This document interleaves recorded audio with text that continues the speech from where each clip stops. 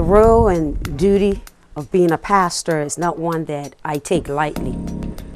As a matter of fact, I can surely say that I did not see myself in my youth becoming a pastor. I was going to be a bank teller like my mom. I was going to be a pediatrician, a medical technologist. I became a teacher and then felt that calling of pastoring. Now that I look back, I can see where all the roads led up to the very fact that I would be pastoring today. While I enjoy pastoring, I want you to know that I understand that it is a challenge. It's a glorious challenge. Indeed, I would use the term, it is honorable. It's honorable, meaning that I hold it up before God Himself, understanding that He chose me before the foundation of the world to shepherd His people, not my people, His people.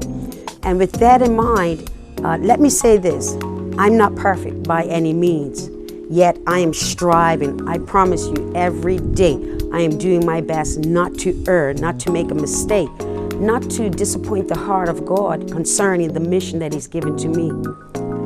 Sadly, there are those who are in ministry, even pastoring, who do not have this same passion, and they fall into the mistake, into the grievous mistake of scattering God's people. How do you scatter God's people? Well, many times you scatter God's people by bringing them to yourself. You see, if I have the people look at me, honor me, worship me, reverence me, that means I'm taking them away from God, and that's going to be a scattering of the sheep. And I want you to listen now to this poem by our sister Tamie Crockwell. When she read it to me, I was like, wow, on point, and also such a warning for pastors that we do not grieve the heart of God concerning this great duty of shepherding His people. So I take this poem as added warning. I take this poem as another wake-up call that I am to always remembering that one day as a pastor, as a shepherd, I will stand accountable for how I directed His people. I want you to listen to this poem and consider the role of a pastor, of a shepherd. Enjoy. Woe to the shepherds that have scattered my sheep and have prophesied smooth things. You have led them deceitfully, and your reward I will bring. And you have made your hearers to make void the law of God, and to persecute mine who keep it holy.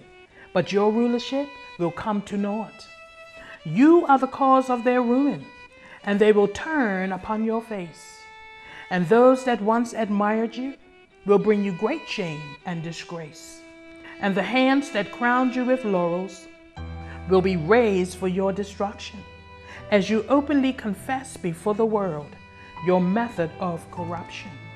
Not only did you scatter them, but you chose not even to visit.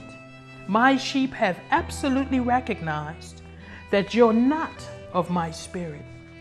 For my spirit loves at all times, because it begets itself. It's forever and always rich in glory, even above wealth. And my spirit will never leave them, nor will it forsake. But your spirit is empty and powerless, double-minded and fake. And your spirit is also conditional, constantly justifying your condition. And even though you preach my word, many listen in suspicion. And because my sheep have detected your flaws, only by my grace, there they go, quite familiar with these demonic spirits as to how they would know. So they search for a shepherd that will love them, just as I have loved you. I've commanded you to imitate me, but you've chosen not to. Obviously, self-deception has caused you to think that I could only use you. But the same way I used Balaam's donkey, I used them too. So now you must realize why I've snatched them from under you. You've led them by your spirit of fear and not by my spirit of truth. So yes, I've placed shepherds over them who feed them where they'll fear no more. They'll be lacking nothing, nor be dismayed, for my will has already made sure.